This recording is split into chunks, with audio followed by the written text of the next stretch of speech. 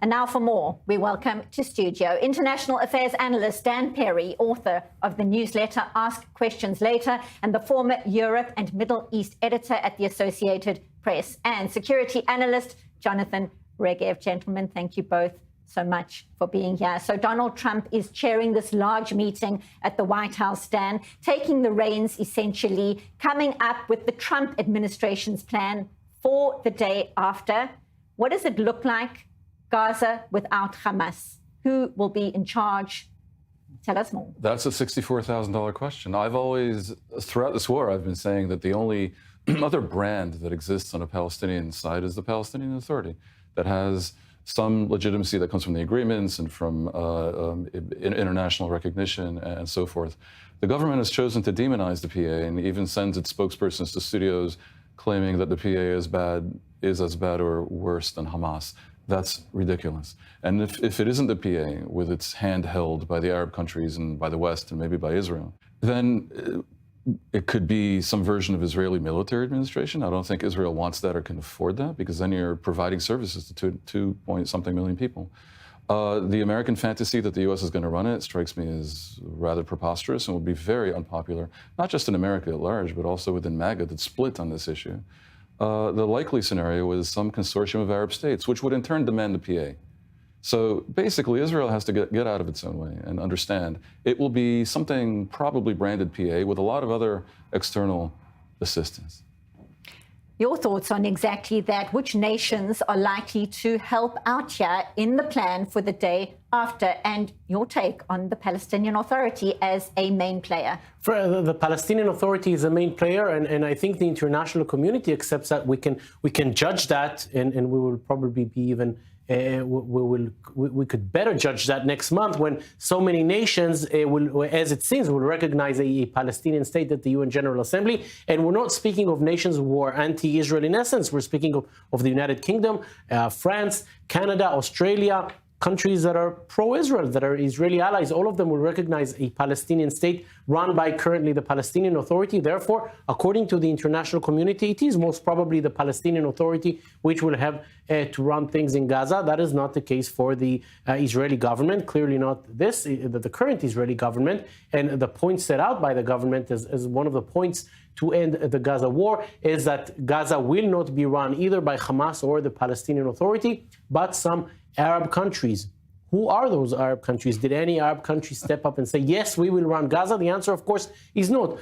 I don't remember any of them stepping up and saying, yes, we will take over the sewage, the education, the garbage, and all of that. But this is what Israel is hoping. The signals are very clear that they will go very far, financially and logistical assistance and even security assistance, as long as this is framed as aiding and guiding and funding the PA. All these countries that Israel and the U.S. want to be involved will condition it on this and something else. One of the major developments in recent weeks, which has been strangely received with some indifference in Israel, well, by the government, not so strange, but even by the public here, the Arab League has called on Hamas to disarm.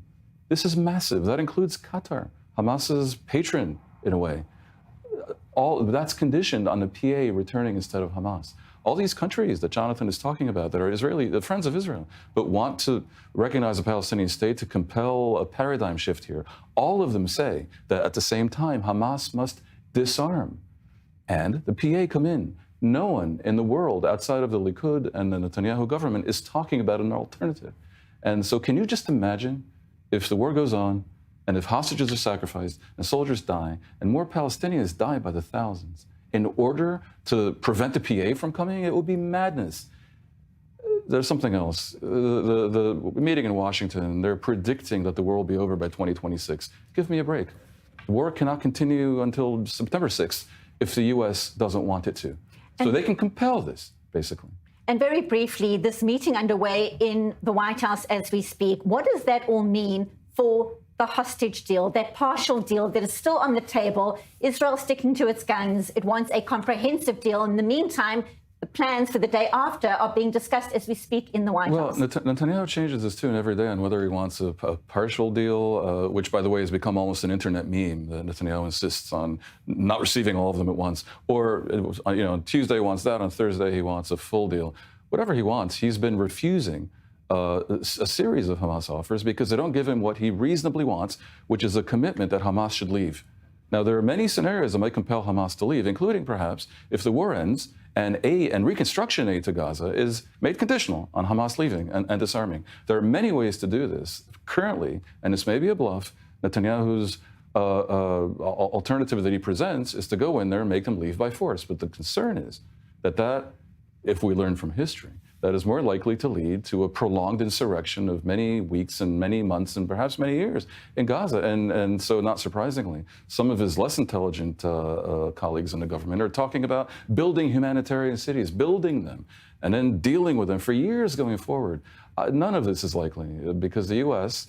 may not care so much about the damage Israel does in Gaza if it ends the war quickly, but it certainly wants the war to be ended quickly. And certainly the Israeli people are hoping and praying for an outcome that sees 50 hostages coming home, 20 of whom, according to Israel, are believed to be alive. Gentlemen, stay with us. The IDF is dismissing false rumors, its words, that there is no space available in southern Gaza for displaced residents. A massive evacuation project would have to be conducted, as described by Rob right now. How prepared is the IDF? How likely is this to happen? What are the likely timeframes? Is Israel prepared for such an operation? I would say yes, to a certain extent. How can you prepare yourself to receive, 800,000 refugees in the space of a few weeks? I don't know how you can do that, but this is what Israel is aiming. I'm sure that Israel is ready to receive some of those 800,000. Can it receive such a major influx of refugees? Such a number, I am not so sure. And its ability to distinguish between civilians and Hamas fighters who are disguised as civilians, not easy. Are they going to check the ID of every single person going through the checkpoints? The answer is no. So can you distinguish to a certain level? Yes. None of these Hamas militants is stupid enough to go with a Kalashnikov and a helmet and a vest. So some of those people, which Israel designates as terrorists, will go by as civilians. I don't think there's a way to avoid that. Well, but that's just the thing. Who's a Hamas terrorist and who isn't? The main thing is who's armed and who isn't. I mean, I'd rather capture the unarmed ones as well. But the issue here is how to get the people out who are not armed and leave only armed people inside Gaza. This is something that was attempted, for example, in Mosul. 800,000 people were allowed to leave Mosul, or basically no one was kept in Mosul. ISIS forced about 102,000 people to stay, wouldn't let them leave, and many thousands of them died during the siege. This type of policy, if it actually creates a monopoly of arms by the terrorist group inside the area, can only work if the plan is essentially to devastate the area and to be prepared to kill many thousands from among who is the civilians who have not been allowed to leave the area. And Israel needs to take into account that type of scorched earth strategy might end up killing the hostages. The risk is so high. It seems abundantly clear, though, that leaders are acutely aware of that as well. Now the first team of IEA inspectors is back in Iran, and we are about to restart. Of course, when it comes to Iran, as you know, there are many facilities. Some were attacked, some were not. So we are discussing what kind of modalities, practical modalities, can be implemented in order to facilitate the restart of our work there. So Director Rafael Grossi has just met with Marco Rubio, and they've got much to discuss. We can see the picture there on our screens right now, that happening just moments ago. At the same time, we know that inspectors are at the Bushehr plant today. This all happening some 2 months after, of course, the 12-day war. Your sense of what is going down right now? Those pushback sanctions could be happening as soon as tomorrow. Snapback sanctions are meant to, the process will begin tomorrow. And unless the UN Security Council extends the relief that Iran got under the JCPOA, then they will happen.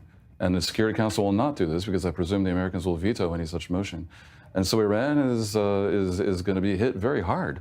And I think this is a minimum that should happen.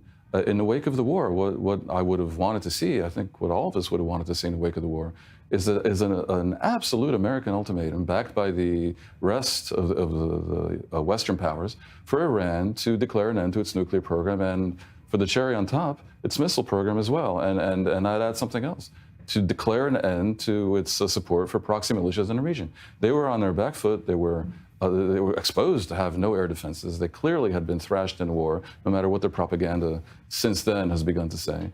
And a resumption of war should have been threatened if they did not accede. Instead, months have passed, memories are short, and incredibly, here we are in late August 2025, and the Iranians refuse to return to their enrichment levels under the JCPOA. So the very minimum that should be done is for the Europeans and everyone else to resume the sanctions. What does that mean for Iran? They export, I mean, in a normal economy, they export about $40 billion of oil a year. If the sanctions were truly enforceable, then about half of those exports would be gone. But because China is unlikely to play along, then it'll be less than that, maybe 20, 30, 40% of their exports. It's significant for a country that's in dire economic straits. And I repeat, it is the minimum that should happen. And sadly, the breakdown has been in Washington, where Trump, in order to further his fictitious narrative that it's all over and it's a great victory for our wonderful pilots, and therefore there's nothing left to be done, should have instead struck while the iron was hot. And I can only hope that, en route to the Nobel Prize that I doubt the Norwegians are ever going to give him, he returns to sanity about Iran and lays down the law. Dan, it's staggering to think what is happening abroad in Australia, as we just heard there. The question for me is, shouldn't the UN be responding? You've got Iran sending proxies abroad, stoking flames, anti-Semitic attacks, behind those anti-Semitic attacks, violent attacks as well. No response from the UN. Why? This is unusually a softball question. Yes. This should be a clarifying moment. The way it was when Hezbollah was understood to be behind the attacks in Argentina. How can a government of a country that has any legitimacy be sending terrorists in another country to kill Jews because they assume Jews equals Israel's manic? And it should be seized upon by the world community to excoriate completely and to excommunicate completely, not Iran, which will one day be a great nation once more, but the Islamic Republic government, which will be a total, complete pariah. It goes back to what I said before. I sometimes seem dovish on Israel. I'm very much a hawk on the issue of Iran, as anyone should be who understands the facts. The UN should put Iran on notice, should consider removing recognition from the Islamic Republic and maybe awarding it to an alternative government next time.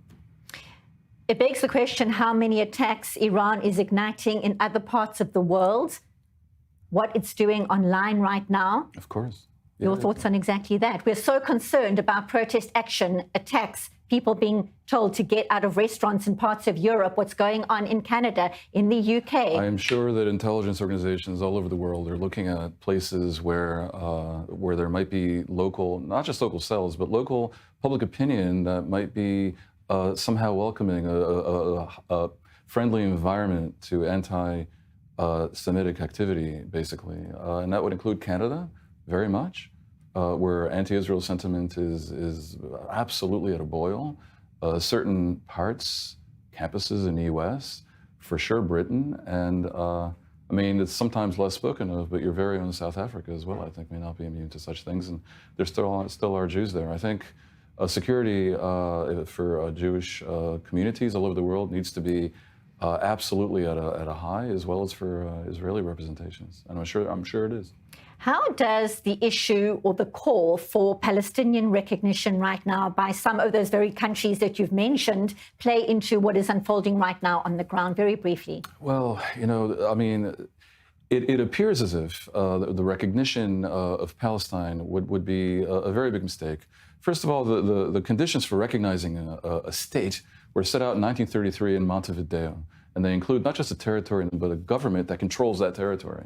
Those two things applied in the last two controversial recognition issues, which were Kosovo and South Sudan. They don't apply to Palestine. But beyond that issue, that the PA does not control the entire territory or would-be territory of Palestine, which itself is not defined, it would strengthen Hamas, because in Palestinian discourse, it would look like Hamas brought this about by starting a war that has otherwise been catastrophic for the Palestinians. And I think that would be a mistake. When Israel will never recognize a Palestinian state, never allow it to happen unless Hamas is completely gone. So we need Hamas gone. It would be much smarter of the European countries, perhaps to say we intend to recognize Palestine when these conditions are met and when Hamas is gone, and demand Hamas's disarmament, which in fact they're doing, but they're decoupling that from the recognition, which I think is where the mistake lies. By the way, I have spoken to European officials who are involved in this, and they all claim that the very useful Arab League call on Hamas to disarm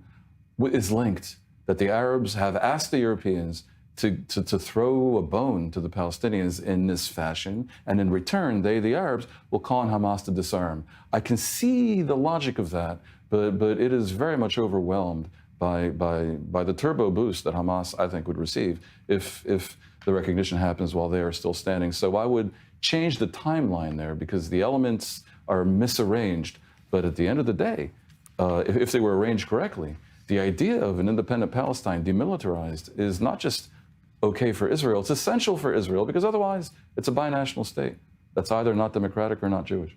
For Israel, it is a reward for terror at this juncture. Yes. Who knows what it'll look like down the line. International affairs analyst Dan Perry, always appreciate you being here in studio. Thank you so much.